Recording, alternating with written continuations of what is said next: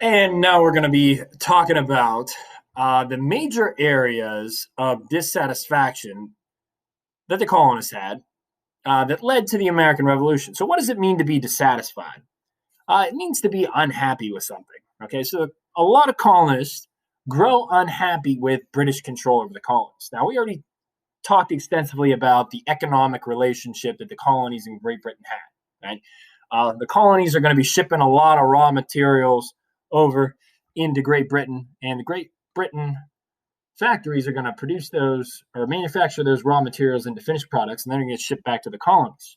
Uh, the colonies, though, they are not allowed to sell any of their products to any other country besides Britain and British controlled territories. That's British law.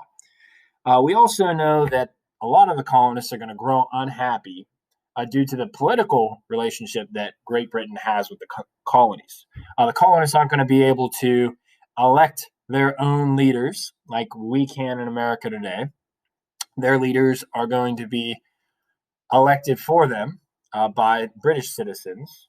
Okay, so British citizens are going to elect in members in Parliament, and then the king is going to rule over the colonies. He's going to be the leader of the English government. He's going to be able to make any decision that he wants to make.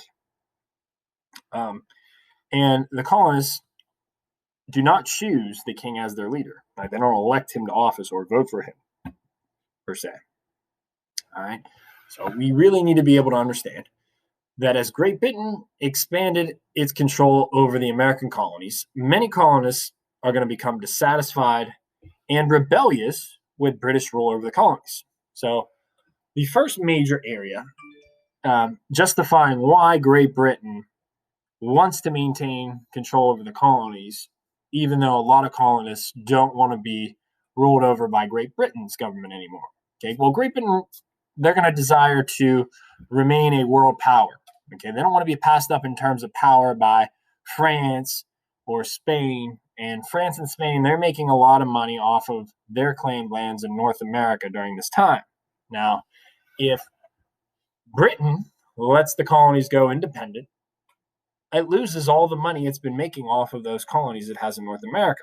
And it could be passed up in terms of wealth and power by France and Spain. And it did not want to do that. It wanted to remain a world power, which is why it gets into the French and Indian War, when the French are going to claim lands in western Pennsylvania to be theirs, where the Pittsburgh area currently is, and Britain is going to argue that that land belongs to them.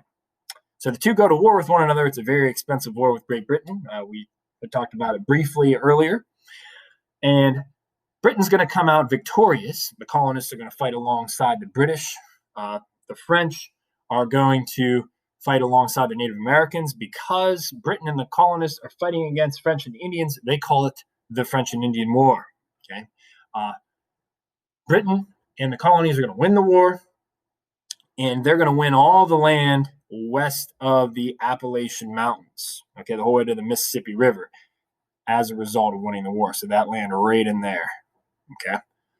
And after the war is over, wars are very expensive, like we were talking about earlier, not only in terms of lives lost, but also in terms of paying for the soldiers and all their supplies, like their ammunition and their uniforms and their combat boots and their guns. All of those things cost money. So Great Britain's going to accrue quite a bit of debt, which means money they owe. And they're going to have to pay that back after the war. So the British government comes up with the strategy of taxing the colonists to pay for the cost of the French and Indian War. So one of their first tax laws passed by the British government to pay for the cost of the French and Indian War was the Stamp Act of 1765. It's going to be passed and implemented in 1765. It's going to place a tax on all newspapers and other printed materials. So the colonists are going to have to pay extra for newspapers. A lot of them are unhappy with paying extra for newspapers, an additional tax on newspapers and all the printed materials like playing cards and books. Books were very popular throughout the colonies during this time. It was popular to play cards like Go Fish in your free time in the colonies during this time. So the colonists are going to be very unhappy with this additional tax because they didn't vote for the tax to pass. They didn't vote into public office the members of British Parliament or the King of Britain at this time who created this tax and forced it upon them. They had no say. So a lot of them are going to get unhappy about having to pay that tax. They're also going to, use that tax money to not only help finance the French and Indian War, which means help pay for it, but they're also going to leave troops behind. Okay, so Great Britain's going to leave troops behind in the colonies after the French and Indian War is over. And those soldiers still working in the colonies after the French and Indian War is over are not going to work for free. Okay, so the British government needs a way to pay their salary and for all the equipment they need to do their job with, like their guns and their uniforms and their boots and their meals. And they're going to need a source of income to do that. What do they decide to do? Well, use some of that tax money being collected from the colonists to pay for the maintenance of British soldiers left behind after the French and Indian War.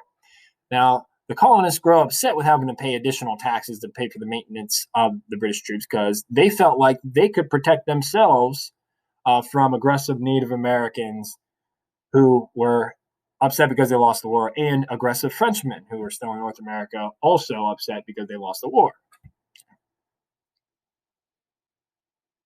And another big area of colonial dissatisfaction is the fact that they couldn't elect their own representatives in the British government. Okay, they had no say. So the members of Parliament were elected by British citizens who lived in Great Britain, not the colonists living over in North America.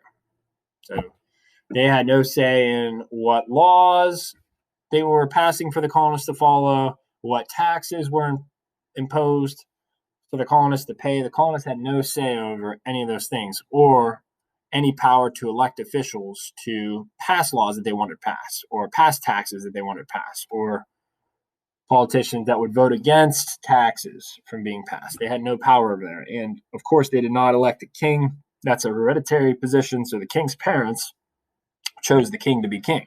It was usually the oldest male in the royal family would end up being king, usually.